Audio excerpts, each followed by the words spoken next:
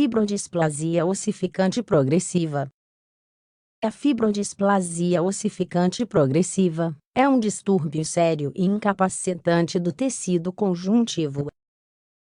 É caracterizada por malformações congênitas do primeiro dedo do pé e uma ossificação progressiva dos tecidos moles, músculos esqueléticos, tendões, fáscias e ligamentos. A fibrodisplasia ossificante progressiva é uma patologia genética dominante, ou seja, é causada pela mutação de um gene que é transmitido por pelo menos um dos progenitores.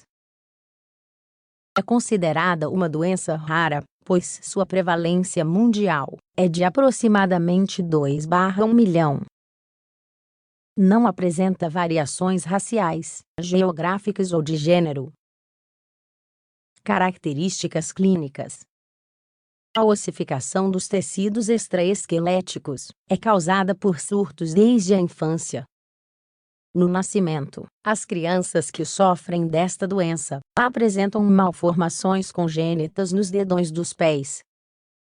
Além disso, durante a primeira década de vida, os tecidos moles se tornam ossos, gerando progressiva perda de mobilidade. Os primeiros surtos geralmente ocorrem nas áreas próximas à coluna, pescoço e ombros, e se espalham para outras articulações e grupos musculares, quadril, cotovelos e joelhos.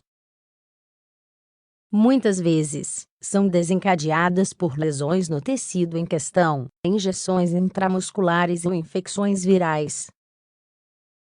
A patologia se desenvolve de maneira progressiva e não afeta o tecido liso, portanto, os músculos faciais, o diafragma e o coração não comprometem suas funções. Sintomas.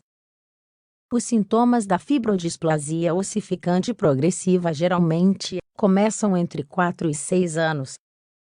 A evolução da doença é variável e há períodos de latência e agravamento.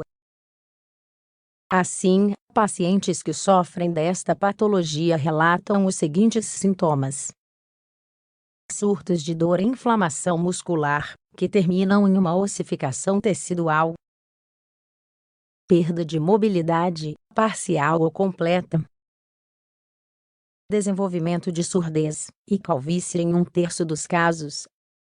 Além disso, alguns pacientes têm essas características, além de mais sintomas geralmente não associados a esta doença, como anemia aplásica intercorrente, glaucoma infantil, atraso no crescimento, craniofaringioma, surtos na fibrodisplasia ossificante.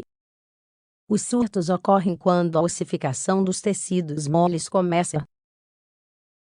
Durante esses períodos, os pacientes podem apresentar febre baixa e mal-estar geral, além de dor e inchaço agudos.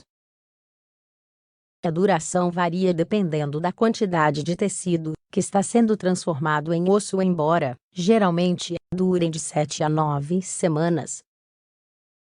A maioria das pessoas afetadas relata alívio quando o surto termina, o que os leva a pensar que a dor é causada pela formação óssea, e não pelo novo tecido formado. Diagnóstico. O diagnóstico de fibrodisplasia ossificante progressiva é feito por avaliação clínica.